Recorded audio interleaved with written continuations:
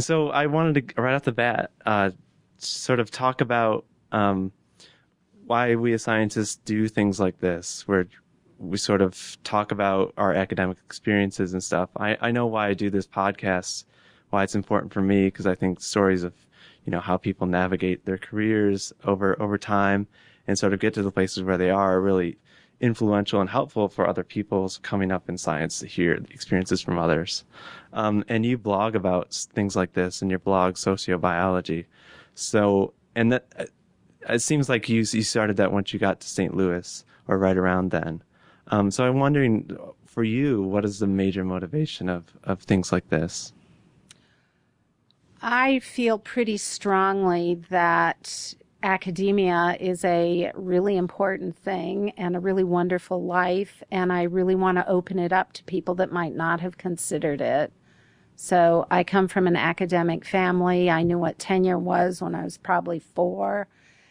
And so I know how it works, and I feel that is a cultural thing, and that is not a legitimate requirement for becoming a professor. So I just want to unwrap what goes on behind the scenes, how things really work, and help other people that might not have thought of an academic career get into this crazy business. Yeah. And as far as the timing of the blog goes, my first blog, which I started a year before I left Houston, was called Goodbye Houston. Right. And that was basically a lot cheaper than therapy, about getting over moving from a place I'd been for 30 years.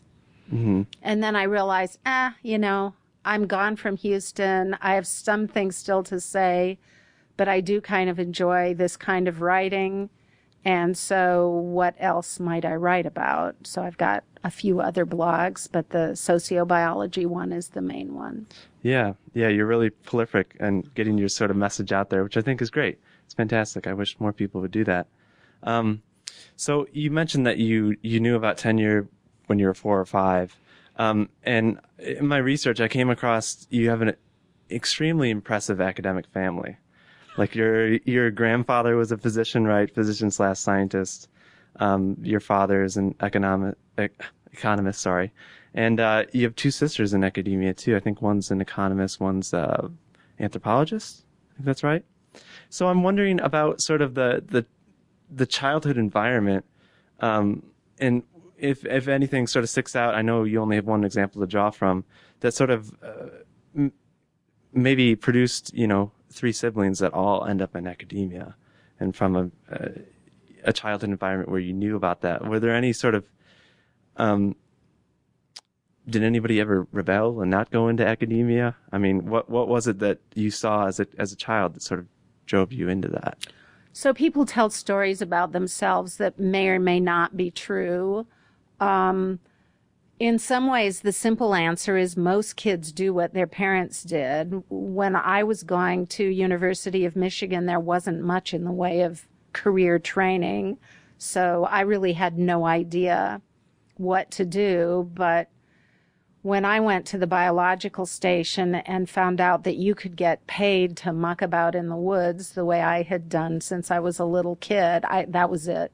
Mm-hmm. I mean, I just had no thoughts of doing anything else. Yeah. I have 3 kids. My daughter is a professor. She's the oldest.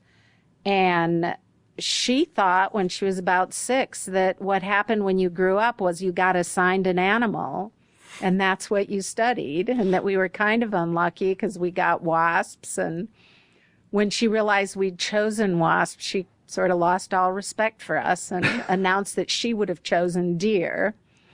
Mm-hmm. Mm-hmm. That's funny.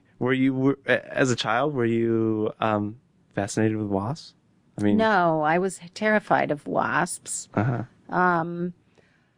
I think my significant childhood experiences were that curiosity was encouraged. My dad, as you said, was an economist, and my mom was a political scientist on the proletariat non-tenure track, oh, wow. teaching Mm-hmm. at Michigan State.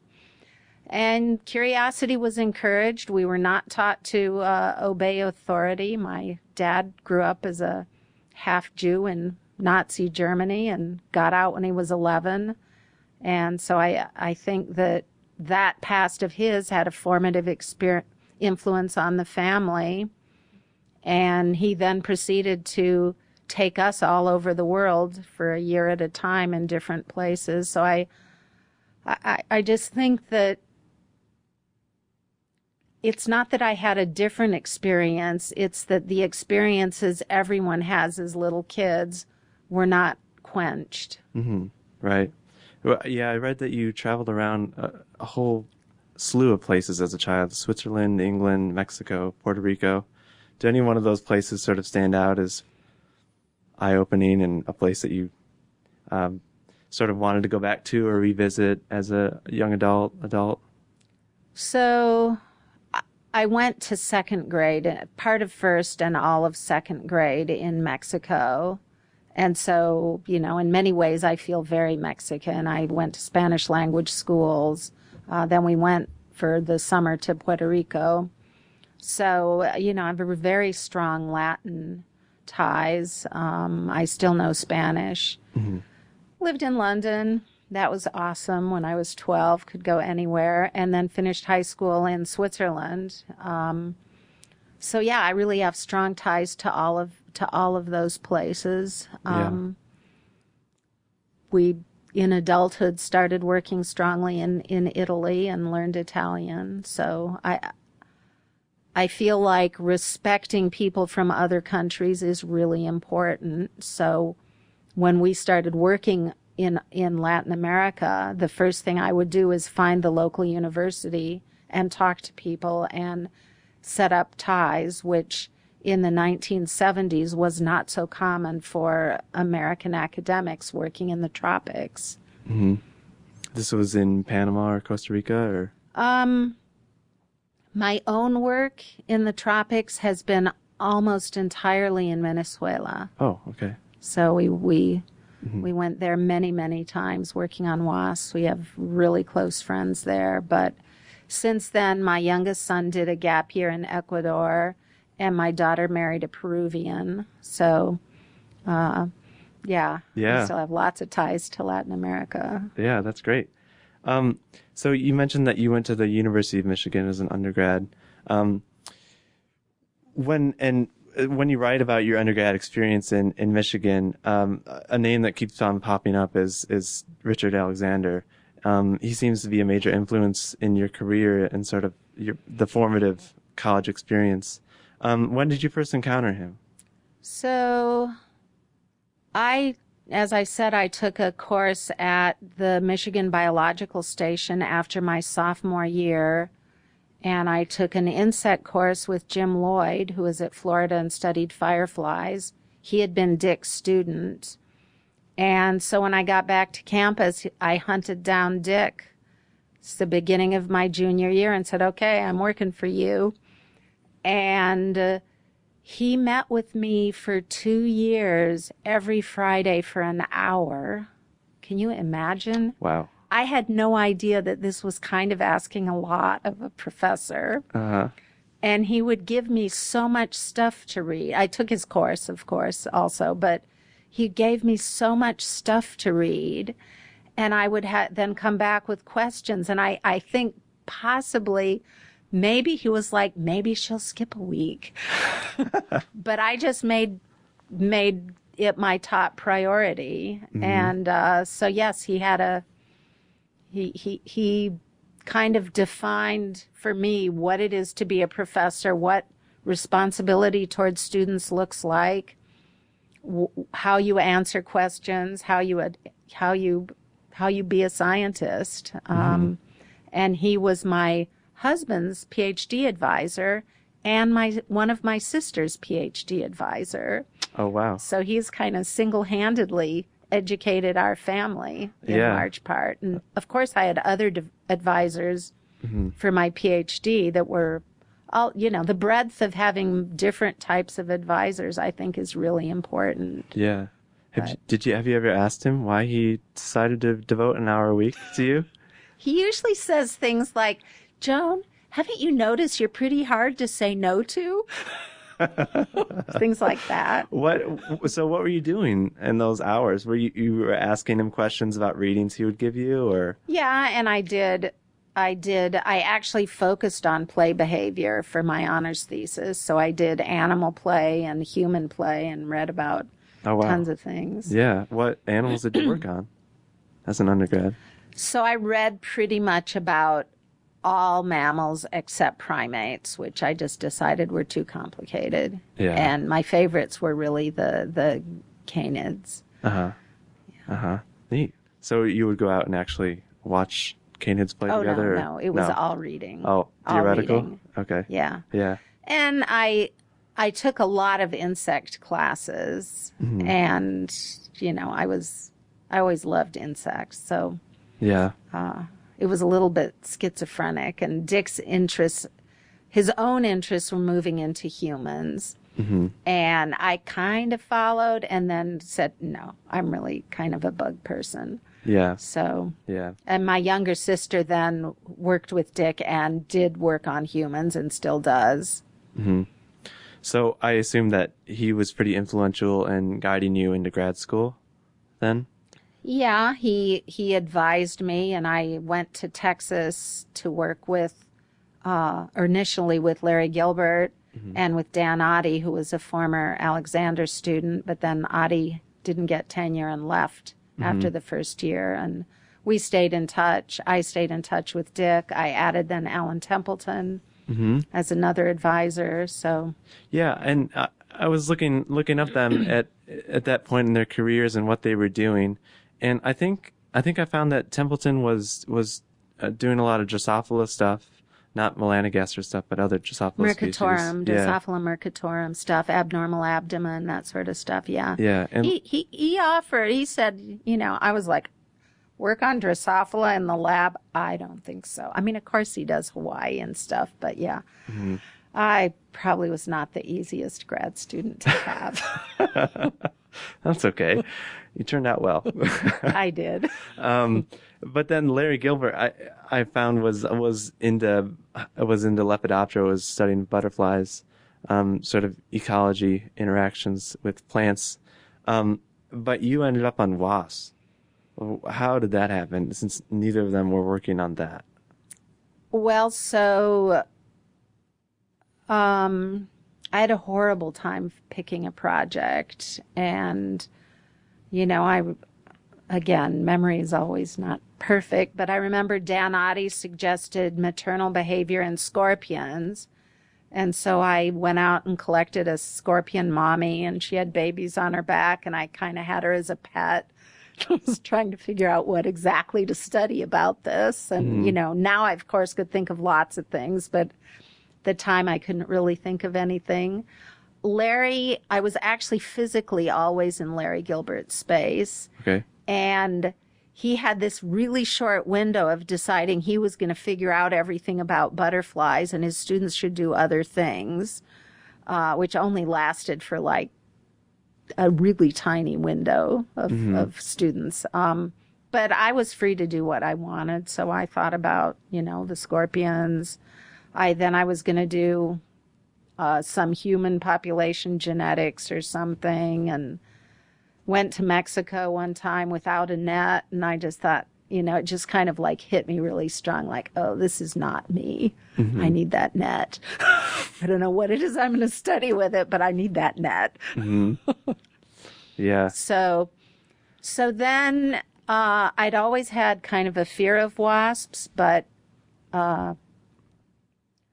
the University of Michigan published these miscellaneous publications, and I would visit Dick all the time because I'd go to Michigan to see my family, and he just gave me a stack of these things. And, there was Jim Lloyd's fireflies and crickets and Mary Jane's wasps. So I read her thing, and it seemed quite clear and like feasible. And so I was a little interested, but I'd always been terrified of wasps.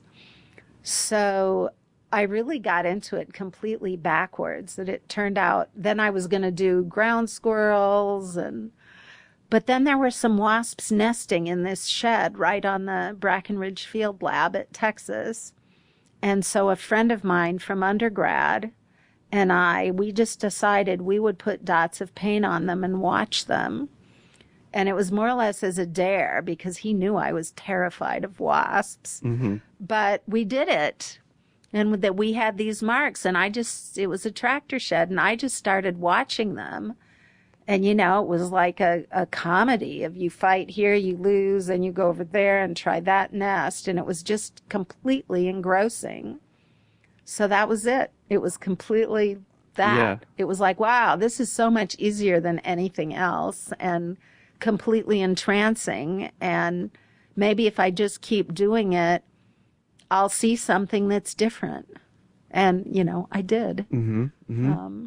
I wonder how that experience plays in your mind as an advisor to grad students, as a professor. As you get incoming, PhD or master's students coming in and looking for a project, having a general area of interest. Does any of your personal experience sort of influence how you interact with students early on? So, people tend to treat their graduate school experiences as either I'm going to be just like that or I'm going to be nothing like that.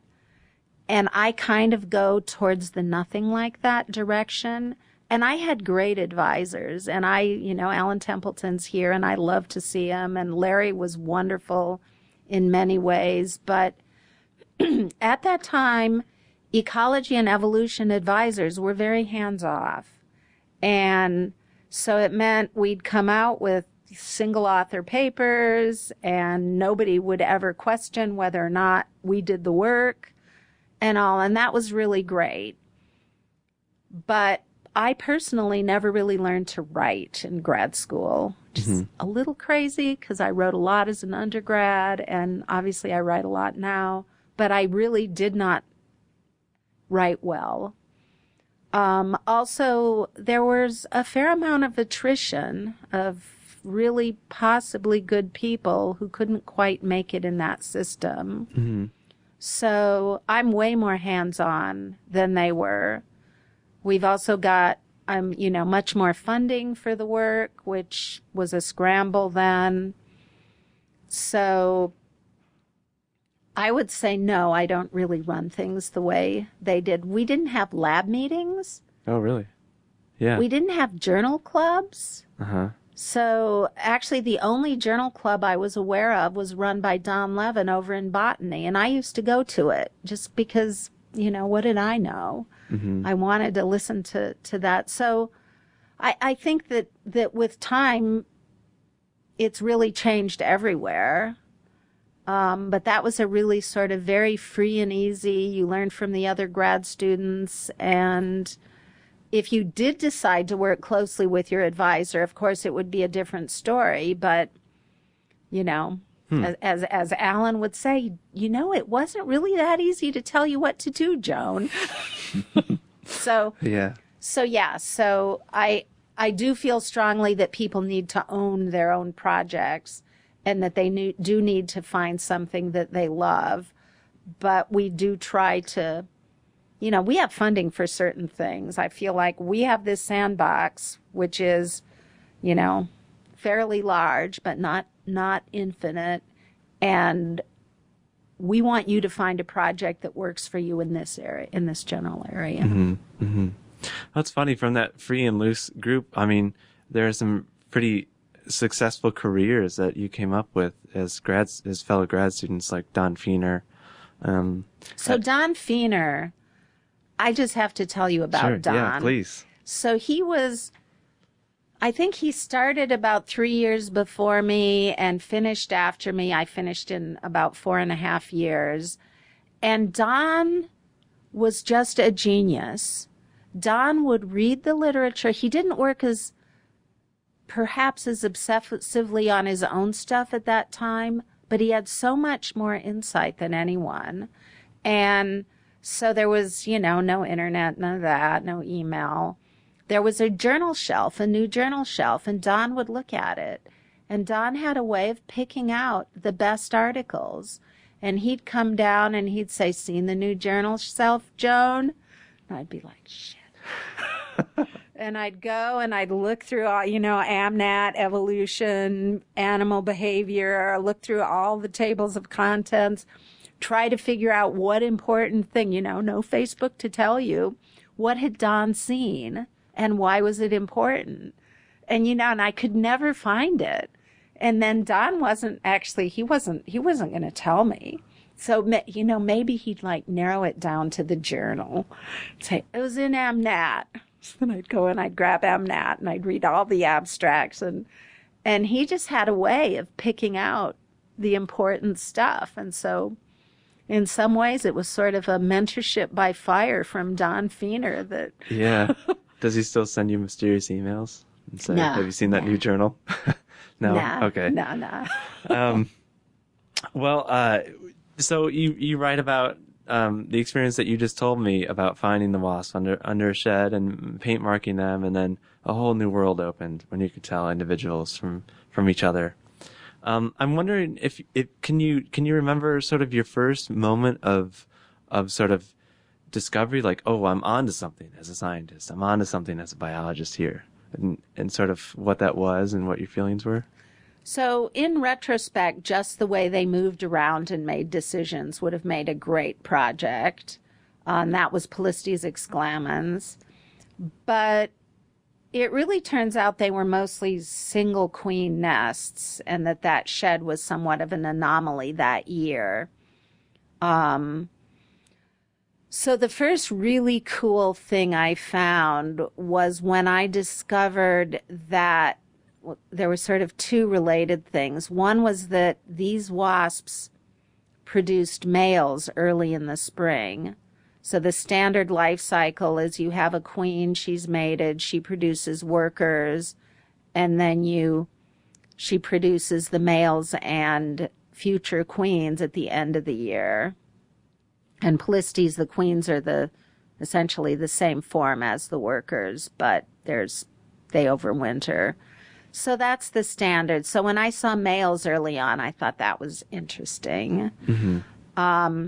Then I discovered what I called satellite nests, which was that some workers were scooting off and starting another nest near the original nest. I mean, near could be, 2 meters or even 20 meters. And, they were essentially taking the solitary option and just mating, leaving, and building their own nest. So that was my first, really feeling of I had discovered something super cool. It had never been seen, and it was the perfect kind of setup to test kin selection theories, because in some cases, queens also started these second nests. It's not that rare of a phenomenon that if you have a resource that's likely to be destroyed by birds, that you wouldn't start another nest. Hadn't been reported, so that was fun. Yeah. So you at that moment, did you feel like this is a dissertation? Like, I'm set, that there's my path for the next couple of years or so? I mean, or was it before then? Were you considering, we paint mark these wasps, I'm looking at them, I'm not sure if there's anything here. Did that sort of, open up a... So I also worked on a different species of wasp, which was multiple founded, actually that one, Polistes annularis, that was on a lake, on a Texas reservoir on cliffs. Mm-hmm. And I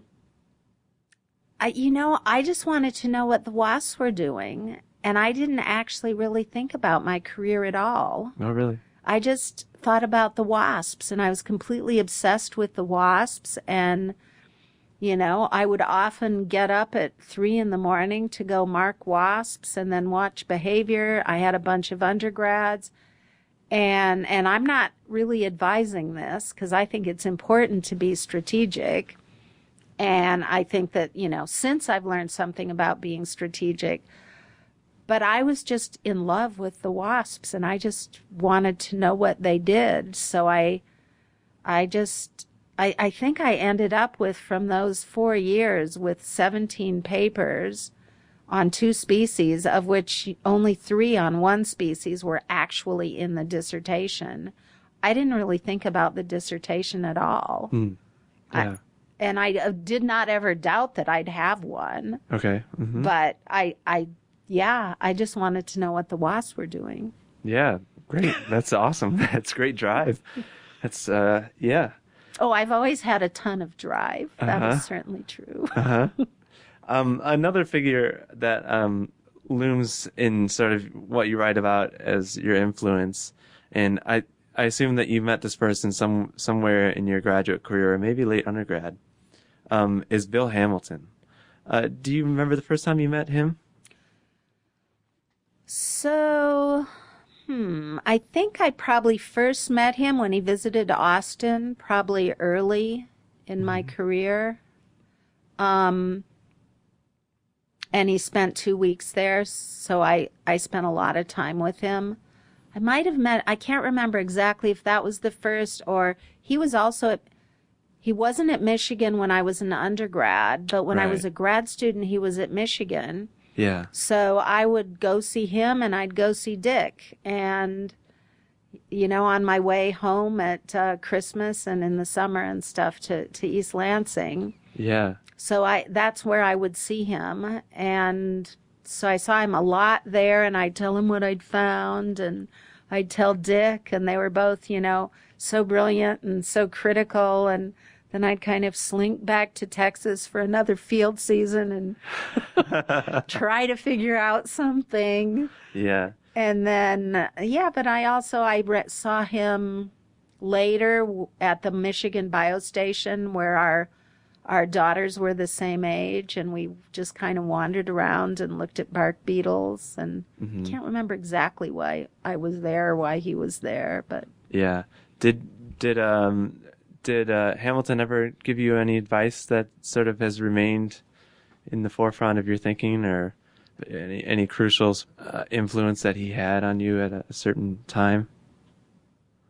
So actually, after those times, we saw him a fair amount also at meetings and things. And, he's just curious. He wanted to know everything that was going on. And he was really, so it was sort of all woven into the actual details of what went on. Just who he was sort of as a scientist.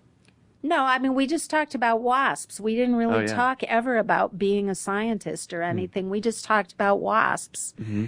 And I actually have his notes on the tropical wasps. And we taught when Dave and I started working on the epiponine wasps, and we solved the mystery of how they could maintain high relatedness with so many queens. It was something Mary Jane West Eberhard had solved for Metapolypia, and we showed it was general, not only in the neotropical wasps, but also in the African wasps that, had evolved it separately. So, yeah, we had a focus on relatedness. We talked about the haplodiploidy hypothesis, which, we didn't really feel ended up being the main thing, but it was really exciting when microsatellites came along and we could really measure relatedness carefully and get at all the conflicts. So, the conversations with Bill were always like, Parashartagus colobopterus, we did this and this and this, and we found this, and it wasn't. We never really talked about, I don't know, philosophy or anything. I talked about wasps with him. That was kind of it. So, oh, that's interesting. So natural history sort of conversations. Right. Yeah. Yeah. Yeah. So out of Austin, you finished your work there, and then you get hired as an assistant professor at Rice, I think 1980 or so. And I wanted to ask you about your time as an assistant professor there, because I know you've written and talked about several months after you were hired as an assistant professor, you had your first child, which is a huge thing I mean, it's huge to have an assistant professorship and the sort of pressures that go along with that of trying to grab tenure and trying to start a lab and trying to, eventually bring in grad students and things. But then it's just to be a new mom at the same time just seems completely overwhelming. And I had Anna in July of 1980. She was born on July 23rd. The job started July 1st. Wow. So, and you usually get the first year off, but I was just so uptight about having had a baby that I just said, I'm teaching. Mm-hmm. So, I don't know. I just did it. I brought her along. We had no child care for the first year, and I just brought her with me. And, I go back to Rice and people still talk about me nursing babies in general faculty meetings. And it's true, I nursed her everywhere, but I can't remember why on earth I would think it worth going to those faculty meetings. But I figured I love kids. I always wanted to have kids. I figured if I had one right away, by the time I came up for tenure, they'd be over it. I was the only woman. I mean, it's just, yeah. That must have been a extremely sort of challenging environment for you. I mean, or for anybody in that situation, really, right? I mean, so I was in a department that had one other. I was viewed as an ecologist, and there was one other ecologist, Paul Harcum, mm-hmm. who did tree ecology, forest community ecology. Mm-hmm. So we were viewed as identical, wasp sociobiology and forest ecology. I was kind of out of it. The decisions would get made by the old boys at things I wasn't invited to, coffees and things, but Paul was also out of it. Mm. So I never knew if my worst fault was being an ecologist or being a female, but I was definitely out of it. Mm-hmm. But that gradually changed, and I think it was sort of people were well-meaning, but yeah. Yeah. But Rice, the head of the computer center was a woman. And there were women, not in my department, but in other departments, there were plenty of strong women there. Mm-hmm. I mean, it seems like you were sort of isolated in that you were one of two ecologists, and the other ecologist was a plant guy, right? He's a really good friend, and his son is now an evolutionary biologist, William Harcum. Oh, wow. So that's really neat. Cool. Yeah. I had a few issues, and I would turn to Marianne Rankin, who was back at UT, and she was helpful in some, fairly interesting situations, mm-hmm. which I was worried about, but didn't really develop to anything. So one of my feelings is I had no trouble having male mentors. I am not a shrinking violet. Mm-hmm. I don't need a microphone when I teach. And one of my concerns is that women that have different personalities from me have as much to contribute or more as I do with my personality, which I didn't choose, just as women with other personalities don't choose their personalities. It was easier for me. So, mm-hmm. Yeah, that's good. So when you were at Rice, I think, around 1985 or so, you all of a sudden in your sort of literature record start your collaboration with your husband, David Queller. How did that come into being? How did he enter your life? So I hired him. I hired him as a postdoc? Rice bought from Julian Huxley's widow, Julian's papers. And so they're at Rice, and Ed Wilson came and gave the big address, and they just decided they would set up a Huxley Fellow, which is it's a postdoc / assistant. It's a kind of a glorified postdoc where you teach one course. You don't have a lot of research funds. Ideally, you collaborate with someone.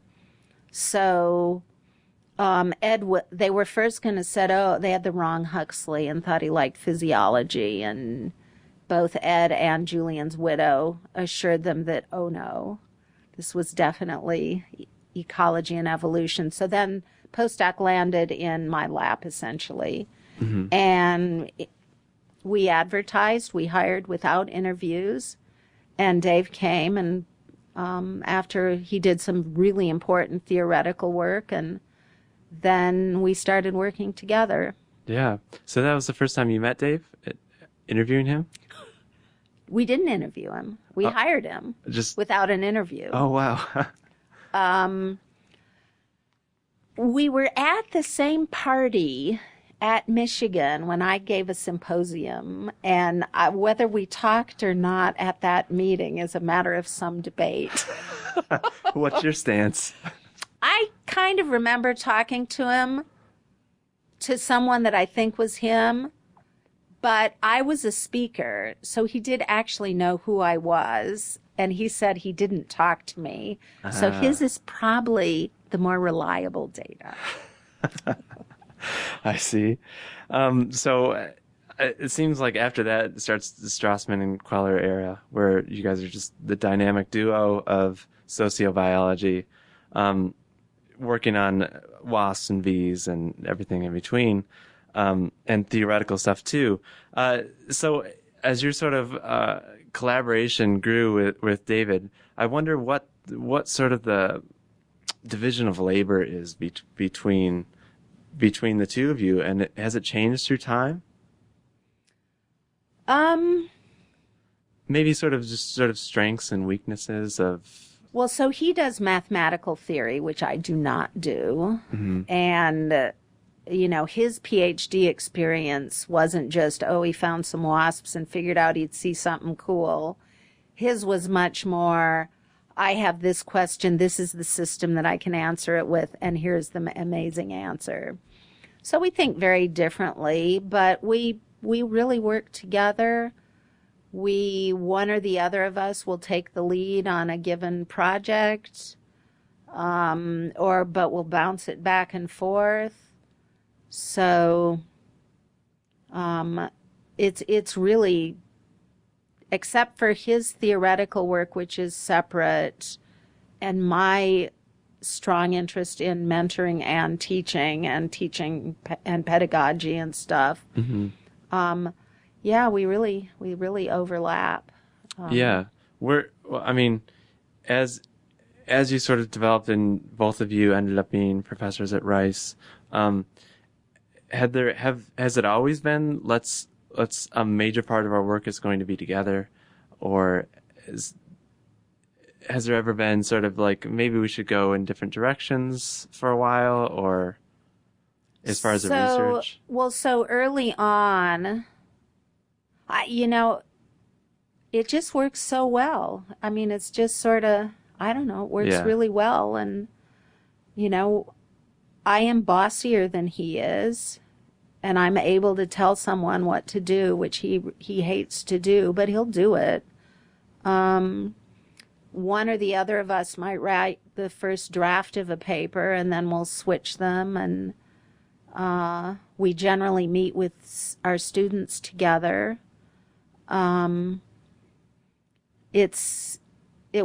I actually think we couldn't work this closely together early on if I hadn't been there first. Because then everyone would have thought that, I kind of worked for him. Oh, okay. But nobody's going to think he works for me.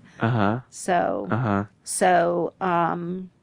it's just kind of wonderful to work together and to plan, and you have an idea at whatever time, and you immediately have someone you can bounce it off of. And switching to Dicty after all those years with WAS was kind of horrifyingly scary in some ways, and we made some really huge mistakes and basically spent a year studying dying cells and things. And what were the huge mistakes? Yes, not keeping our cells happy. But so I don't know. We like the same things. We started working in Italy. We both learned Italian. He already knew it more, but I didn't. And I don't know. We just have a lot of fun. That's great. So yeah, you mentioned that you switched to studying the amoeba I think you did that in the late 90s or so, sort of full time. That must, like you said, that seems like a daunting task to switch to not just a completely different system, that's a completely different critter, but to switch to a system that's a model system that has so much research and so much development behind it, to sort of go into a system where there's, lots of microbiologists already working in that. What sort of things did you come up against when you made that switch? So, first of all, it wasn't a switch. It was an addition. Mm-hmm. And we just realized that, John Bonner's books and stuff, everyone knew about the stalks and they die to help the others. And if the groups coming together as an aggregation do not sort completely, then it's just going to be an amazing system for social evolution. And once they got a genome, so we knew we could get microsatellites to tell them apart, we were feeling like we were going to feel like damn fools if somebody else gets on this when we've been thinking about it for years. So it was just it was sort of slow. We had a student that needed another project.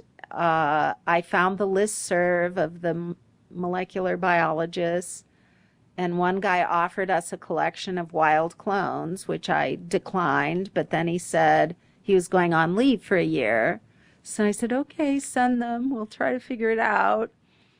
And, if you have a theory developed by Bill Hamilton, who worked on wasps, that works perfectly for wasps, mm-hmm. What if there's some thing that wasps have that's the real driver? I mean, we didn't think that was very likely, but it's fun to just work on something totally different. Yeah.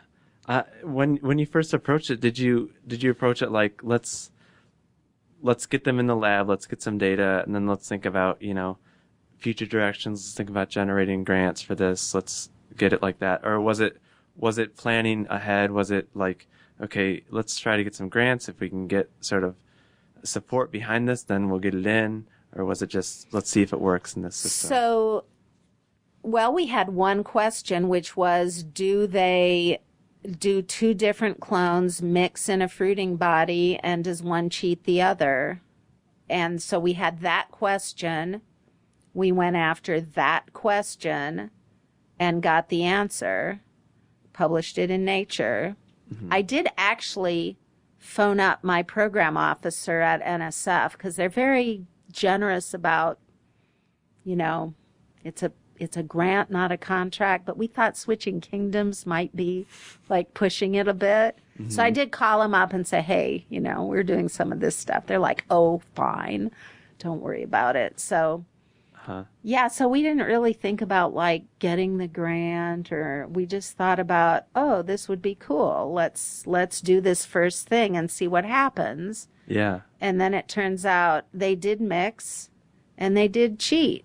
So then we're like, okay, we're playing ball. Let's see what else they do. Mm-hmm. Mm-hmm. So then at some point we wrote a grant proposal on it. I don't remember when. Yeah. What made you go with the route of let's do this ourselves instead of let's try to bring in our ideas to another lab group and get collaborators? Because nobody else was taking these measures. We were using, all of the molecular biologists do one genotype, really. And we knew how to do microsatellites. And so that first project wouldn't have used any expertise that anyone else had. So that was fine. And then when we did then realize it was going to be a good system and we wanted to start looking for genes and then that sort of thing. We actually had a meeting in 2000 in Dundee, a DICTY meeting. They meet every year. We discovered that the best collaborators for us were in Houston, 10 minutes from Rice. And so then we got together with them. This is Adam Kuspa and Gadi Shulsky. And we wrote one of those Frontiers in Biological Research grants together.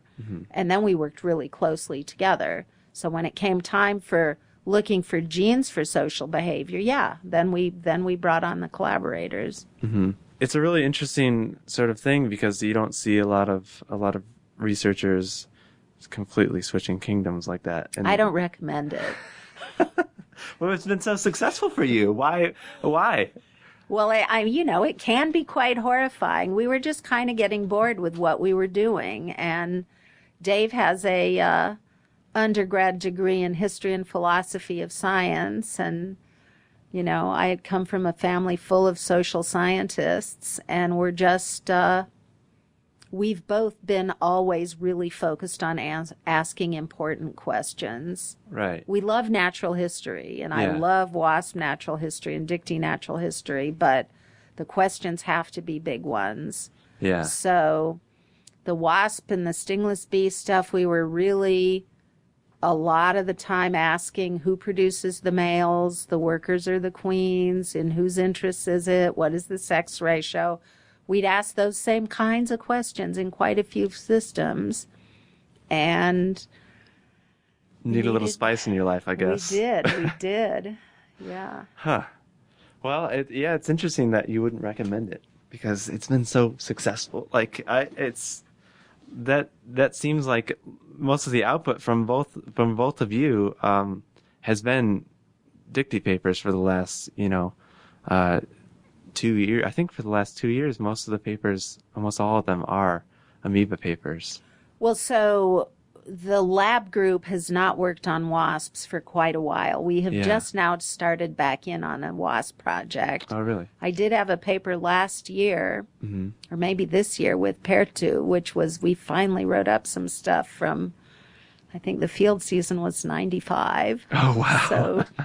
So, yeah. Yeah. And so now we're also, for us, the other really, so we had a organism shift, but not a conceptual shift. Right. But now we've had a big conceptual shift because we're looking at the Dictee bacteria interactions, which is a mutualism, which has very different rules from kin selection.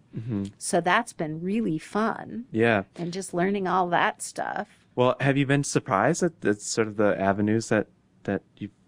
I'm always surprised. I mean, that's what makes being a scientist so much fun. I mean, a paper we had really recently in PNAS where we discovered that a Dictee clone carries 2 different Pseudomonas fluorescens clones, and one of them has a knockout, which turns it from a inedible thing into a delicious food. One stop codon goes from guns to butter. I mean, oh my God, this is so cool. It's so much fun. Yeah. It has to be fun. Are those the points in your sort of academic life where you're the most excited? When you see a new thing pop up, a new avenue of research which you can go down? That excites me. It also excites me to watch the young people in the group sort of get the fire and start to really like it. I have my big undergrad course. Everyone has to write for Wikipedia. I love seeing my undergrads realize that they can do stuff that matters and put it out there on Wikipedia. I mean, there's just very few things about this job that aren't fun. There are a few, but not that many. Okay, that's good to hear. So another major thing that happened is you and Dave moved from Rice to Washington University here in St. Louis. In that move, did you feel like you had any opportunity to start fresh in areas of what you do?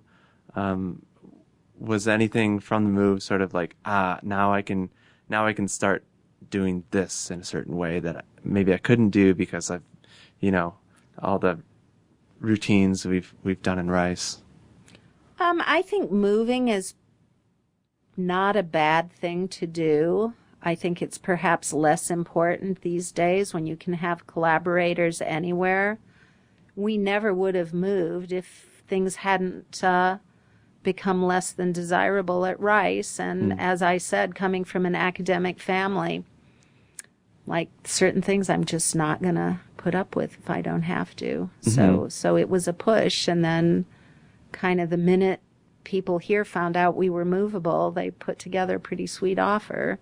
So here we are. Yeah. I tell my students, you have to stay good because you never know when a move is going to be the right thing to do. Have there been positive things based on starting up a new lab, a new wing here? So I really like being in a biology department. We do lots of different kinds of things. So I really like being in a Rice had so many strengths, but they were in so many different departments. And while we knew all the people, it was harder for the grad students to sort of move around.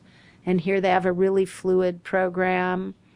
So there's, I like being in a broader department, but you leave after 30 years, you leave behind a lot of friends. Yeah. So. Well, I sort of have one last question for you, and it's sort of a broad question. It might be kind of sappy and terrible, but I'll ask it anyway. I don't care. Who cares, right? So very few researchers can say that they've sort of intimately studied several different systems and sort of from the same perspective of social evolution, of sociobiology. Like, you intimately know the wasp systems that you've worked with. You have an intimate knowledge of this amoeba that you've worked with several amoeba species. And I mean, you even, raise kids, you have a family, right? That's sort of three social groups that sort of biological entities that and have lots of experience with. So I wonder if sort of common themes have popped out of that, any sort of like base level biological phenomenon that have just like reoccurred in these different systems. It's sort of a broad, stupid question, but I wonder if there's an answer. So the answer that I'll give you is that one of the things that Dave and I are working a lot on right now is trying to make the definition of what is an organism clear and coherent and sort of conceptually non-contradictory, and we feel like that's never really been done. We've written a couple of papers on it. We'd sort of like to push it, and we sort of view the organism as the unit of adaptation where conflict is controlled enough that the organism is a generally cooperative entity. So I'd say a human family doesn't quite reach that level of cooperation. I would say that perhaps a Polistes nest doesn't either, although a neotropical wasp nest would, and a Dictyostelium slug would probably be there pretty high up. But so what really defines my main interests is understanding how conflict can be controlled to maintain cooperation. And I really think you have to understand both. And so probably know more about it with wasps and amoebae than with my family. But I thought I'd throw that in there. I mean, it's an important part, right? Yeah. Yeah, exactly. Yeah. Well, great. I appreciate you taking the time to talk to me. Is there anything we missed that you want to mention or that we should mention? Oh, I suppose I ought to say something wise, but nothing really comes to mind. I think you've said plenty wise. Plenty wise statements in this interview, for sure. Okay, great. Well, thank you. Yeah, thanks for talking to me.